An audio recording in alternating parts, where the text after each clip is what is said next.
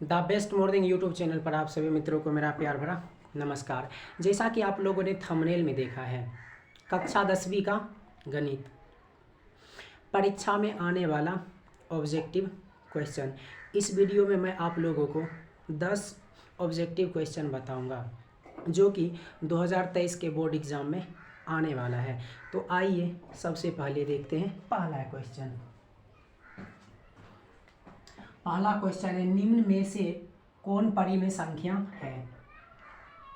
√3 एक परिमेय संख्या नहीं है, यह एक अपरिमेय संख्या है। और 4 + √5 यह भी एक अपरिमेय संख्या है।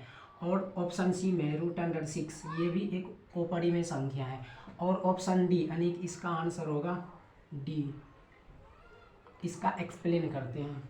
इसका आंसर देखिए, 2 √2 ये √2 कैंसिल हो गया, बच गया 2। और 2 एक परिमेय संख्या है। तो आइए जानते हैं परिमेय संख्या किसे कहते हैं। वह संख्या जिसे P/Q के रूप में लिखा जा सकता है उसे परिमेय संख्या कहते हैं। जहां P और Q पूर्णांक संख्या है,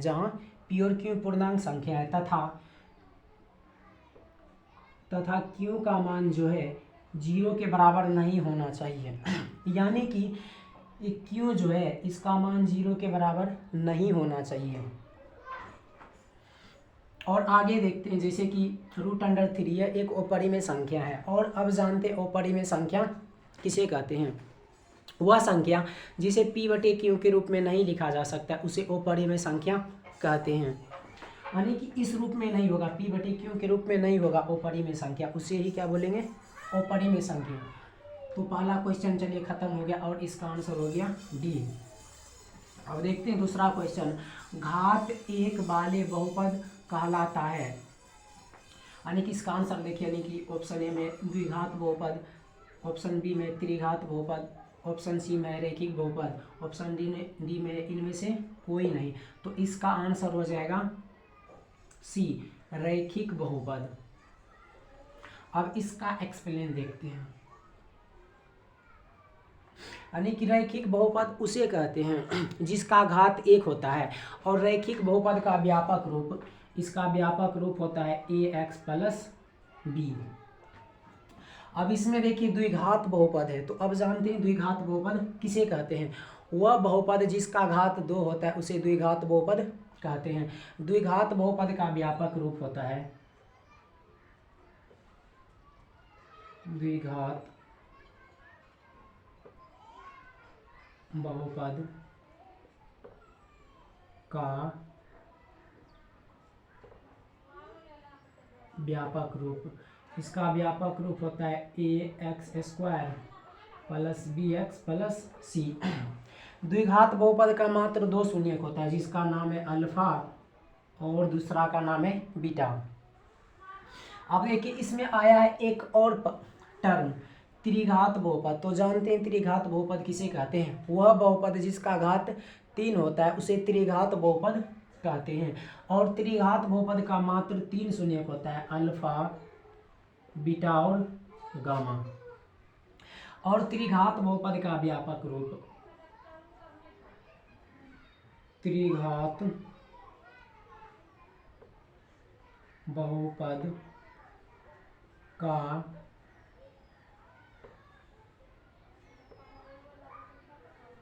व्यापक रूप होता है ax³ + bx² + cx + d, जो कि प्रीवियस ईयर क्वेश्चन में पूछा जा चुका है। चलिए ये भी हो गया। अब जानते हैं तीसरा क्वेश्चन के बारे में। संचयी बारंबारता वक्र कहलाती है। ऑप्शन ए है आयत चित्र, ऑप्शन बी है बारंबारता बहुभुज, ऑप्शन सी है दंडालेख, ऑप्शन डी है त्वरण। इसका आंसर हो जाएगा ऑप्शन डी, त्वरण। यानी कि संचयी बारंबारता वक्र त्वरण कहलाती है। क्वेश्चन सी भी यानी कि तीसरा नंबर का भी हो गया। अब देखते हैं क्वेश्चन 4। निम्न में कौन वृत्त के क्षेत्रफल का सूत्र है। अब देखिए वृत्त के क्षेत्रफल, सबसे पहले इसको मिटा देते हैं।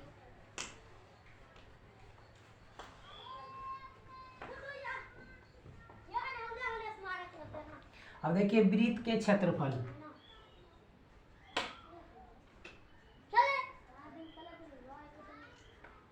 वृत्त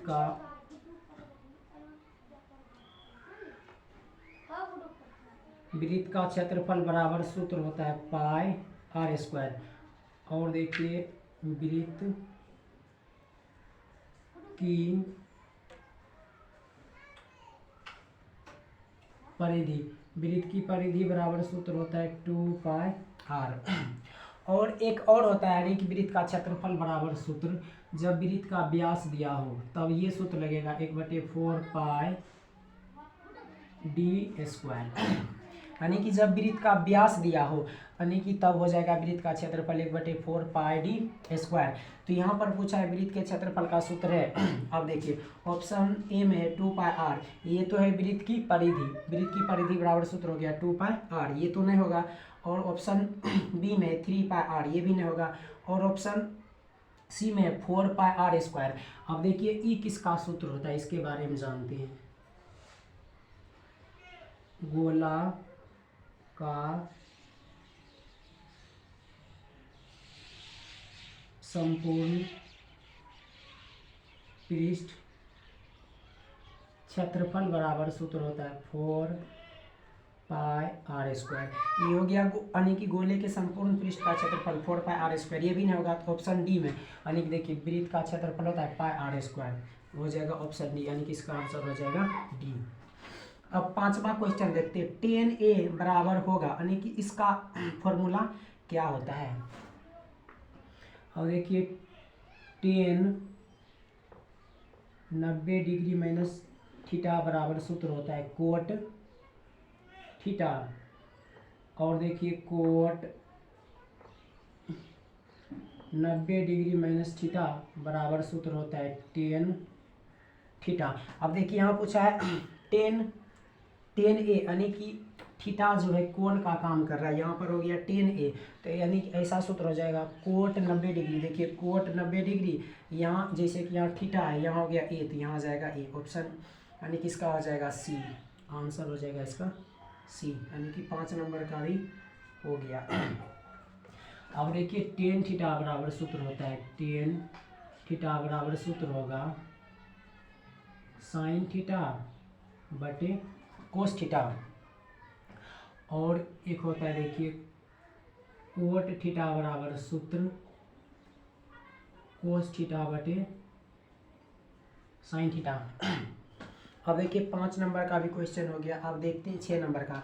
त्रिघात बहुपद का सबसे व्यापक रूप है। अभी देखिए नहीं कि इससे पहले यानी कि क्वेश्चन 2 में आप लोगों को बताए थे यानी कि द्विघात बहुपद और त्रिघात बहुपद का व्यापक रूप भी बताए थे। अब देखिए इसका व्यापक रूप हो जाएगा ax पे power 3 plus bx square plus cx plus d, इसका आंसर हो जाएगा d। अब देखिए ये होता है रैखिक बहुपद का व्यापक रूप ax प्लस b, ये यानी कि आप लोगों को पहले बता दिए ax प्लस b, ये किसका है रैखिक बहुपद का व्यापक रूप। और द्विघात बहुपद का व्यापक रूप पूछेगा तो हो जाएगा ax square plus bx plus c, तब हो गया क्वेश्चन नंबर 6 भी खत्म हो गया। और आगे बढ़ते हैं क्वेश्चन नंबर 7 पे। अब देखिए बोल रहा है किसी बिंदु की x अक्ष से दूरी उस बिंदु का कहलाता है। अब देखिए x अक्ष, ये हो गया x अक्ष, ये हो गया y अक्ष। यहाँ पर देखिए मूल बिंदु होगा, यहाँ पर होगा मूल बिंदु, यानी कि x अक्ष, ये हो गया y अक्ष। x अक्ष और y अक्ष को काटने वाले बिंदु को मूल बिंदु कहते हैं। और देखिए मूल बिंदु का नियामक होता है 0,0, ये कई बार परीक्षा में पूछ भी चुका है। मूल बिंदु का नियामक क्या होता है 0,0। x अक्ष और y अक्ष को काटने वाली बिंदु, यहाँ जो काट रही है बिंदु, इसी को क्या कहते हैं मूल बिंदु, मूल बिंदु। और इसका नियामक होता है 0,0। अब देखिए यहाँ पर पूछा है किसी बिंदु की x अक्ष से दूरी, यानी कि x अक्ष से दूरी उस बिंदु का कहलाता है, यानी कि यहाँ से जो है यानी कि इसका x अक्ष से दूरी, देखिए किसी भी बिंदु को हम लिखते हैं भुज कोटि के रूप में, भुज कोमा कोटि के रूप में, यानी कि भुज हो गया एक्स निर्देशांक और कोटि हो गया वाई निर्देशांक। यहाँ से देखिए दूरी, ऊपर वाला हो जाएगा दूरी, यानी कि हो जाएगा क्या, वाई निर्देशांक, यानी कि वाई निर्देशांक को क्या लिखते हैं, कोटि। यहाँ हो जाएगा भुज, ऑप्शन ए में है भुज, ऑप्शन बी में अक्ष, ऑप्शन सी में आलेख और ऑप्शन डी में कोटि। तो यहाँ क्या हो जाएगा, कोटि, ऑप्शन डी, यानी कि इसका आंसर हो गया डी। किसी भी यानी कि किसी भी बिंदु को स्थिति का पता लगाने के लिए हम लिखते हैं भुज कोमा कोटि। पहला हो गया भुज जो कि एक्स अक्ष को दिखाता है और दूसरा हो गया कोटि जो कि वाई अक्ष को दिखाता है। यहाँ पूछा एक्स अक्ष से दूरी हो गया यानी कि ऊपर वाला, दूरी हो गया वाई निर्देशांक या कोटि हो जाएगा। और क्वेश्चन 8 में देखते हैं, यदि साइन ए बराबर 3/4 तो कोस ए का मान होगा। ऑप्शन ए में 4/3, ऑप्शन बी में √4/3, ऑप्शन सी में √7/4 और ऑप्शन डी में 4/5। अब देखते हैं, तो सबसे पहले इस सबको मिटा देते हैं।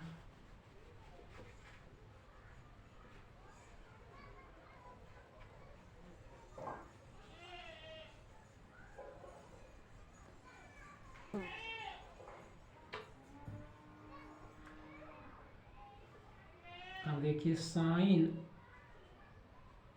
थीटा बराबर सूत्र होता है लंब बटे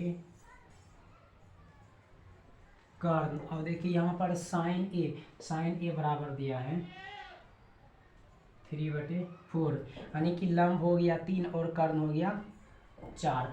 अब देखिए यहाँ पर लंब और कर्ण दिया है तो आधार निकालना है, तो आधार बराबर सूत्र हो जाता है √कर्ण स्क्वायर माइनस लंब स्क्वायर। आधार बराबर, अब देखिए कर्ण का मान है 4 का स्क्वायर माइनस लंब का मान है 3 का स्क्वायर बराबर 4 का स्क्वायर करेंगे 16 हो जाएगा, माइनस 3 का स्क्वायर 9, 16 में से 9 घटाएंगे तो बच जाएगा 7, यानी कि आधार का मान आ गया √7। अब देखिए इसमें क्या पूछा है, कोस ए। अब देखिए कोस थीटा बराबर सूत्र होता है आधार बटे कर्ण। अब देखिए आधार का मान निकला है √7 और कर्ण का मान है 4। अब देखिए ऑप्शन इसमें दिया है √7/4, ऑप्शन सी में √7/4, इसका आंसर हो जाएगा सी। ये भी क्वेश्चन 8 नंबर का भी हो गया।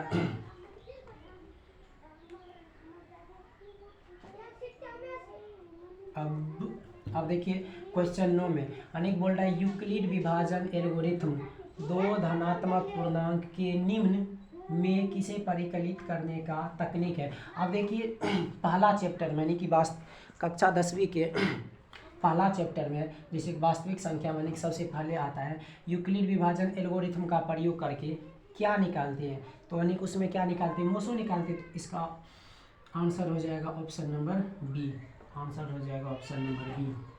अब देखिए क्वेश्चन 10 में बोल रहा है किसी धनात्मक पूर्णांक a तथा b के लिए a, b का मोसो। अब देखिए a, b का मोसो मतलब होता है a और b का मोसो, यानी कि इसका मतलब हो गया a, b का मोसो मतलब a और b का मोसो।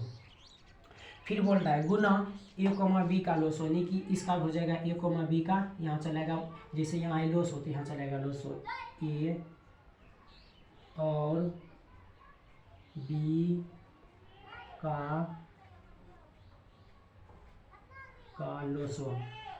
लोसो निम्न में से किसके बराबर होगा।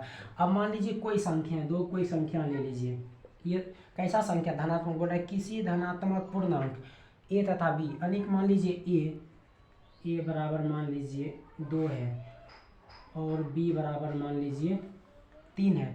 तब बोल रहा है कौन सी a और b, यानी कि a और b का पहले मोसो निकालिए। जैसे a और b का आप देखिए 2 को कैसे लिख सकते हैं, 2 बराबर 2 गुना 1। अब 3 को लिख सकते हैं 3 बराबर 3 गुना 1। अब देखिए मोसो कौन होता है, यानी कि जो दोनों में मिलता है। जैसे देखिए इस दोनों में कौन मिल रहा है, यानी कि इसमें 1 मिल रहा है, इसमें भी 1 मिल रहा है। 2 इसमें है लेकिन इसमें ना है, 3 इसमें है लेकिन इसमें ना है। अब देखिए यानी कि 2 और 3 ए और बी, यानी कि 2 और 3 का मोसो। अब देखिए 2 और यानी कि क्या क्या ए बराबर मान लिए 2 और बी बराबर मान लिए 3। 2 और 3 का मोसो हो गया 1। अब फिर इसका लोसो निकालते हैं। अब देखिए लोसो में क्या होता है, यानी कि जो मिलता है वह भी, और जो यानी कि जो नहीं मिलता उसको भी गुना करते हैं। 2 और 3 का लोसो। अब देखिए पहले ये दोनों में क्या मिला, 1 मिला, और क्या क्या नहीं मिला, 2 और 3 नहीं मिला है। 2 गुना 3। अब देखिए 1 गुना 2 तो 2 हो गया, 2 गुना 3 तो कितने हो जाएगा, 6। अब देखिए यही ना आया, यानी कि इसका आंसर हो जाएगा इसका, जैसे करने की ऑप्शन ए में a प्लस बी, और ऑप्शन बी में कौन सी a बटे बी, ऑप्शन सी में a गुना b, और ऑप्शन डी में है क्या, b बटे a। अब देखिए a और b का मोसो, a और b का मोसो, a और 2 और 3 का मोसो 1 आया। यहाँ हो जाएगा यानी कि 1, इसका मान हो गया a और b का मोसो, यानी कि 2 और 3 का मोसो 1, और देखिए फिर गुना है a कोमा b का लोसो, 2 और 3 का लोसो 6 आया, गुना 6, यानी क्या हो जाएगा 6। यानी कि a गुना b, यानी कि a और b को गुना कीजिए, यानी कि a गुना b। अब देखिए 2 गुना 3 कीजिएगा 6 आएगा, तो इसका आंसर हो जाएगा ऑप्शन नंबर सी।